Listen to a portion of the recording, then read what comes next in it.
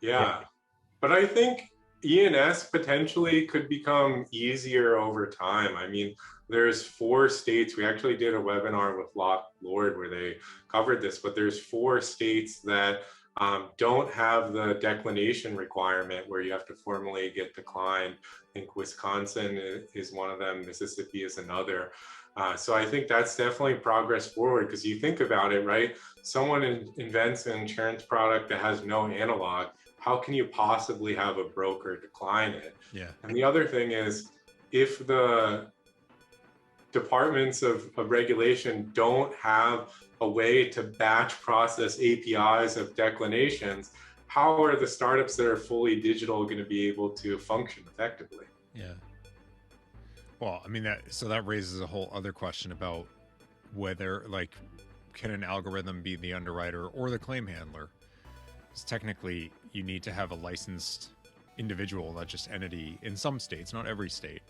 How do you solve for it? I was talking to someone earlier today about Key, Gritz, AI ML based syndicate. It only follows, it doesn't lead anything, but still, it makes all of its decisions based on what the AI comes up with, and they have to have a human underwriter as the official underwriter of the syndicate, because that's a Lloyd's rule. But why? If you don't have a person doing any of the underwriting, why do you have someone there if just for this regulation? So at some point, we're going to have to solve for that. And you can't tell me it's about employment, because that's one job. It's not, that can't be the reason for it. One very highly paid, but single job. So what's the answer then on how we handle more intelligence coming in on the computer side?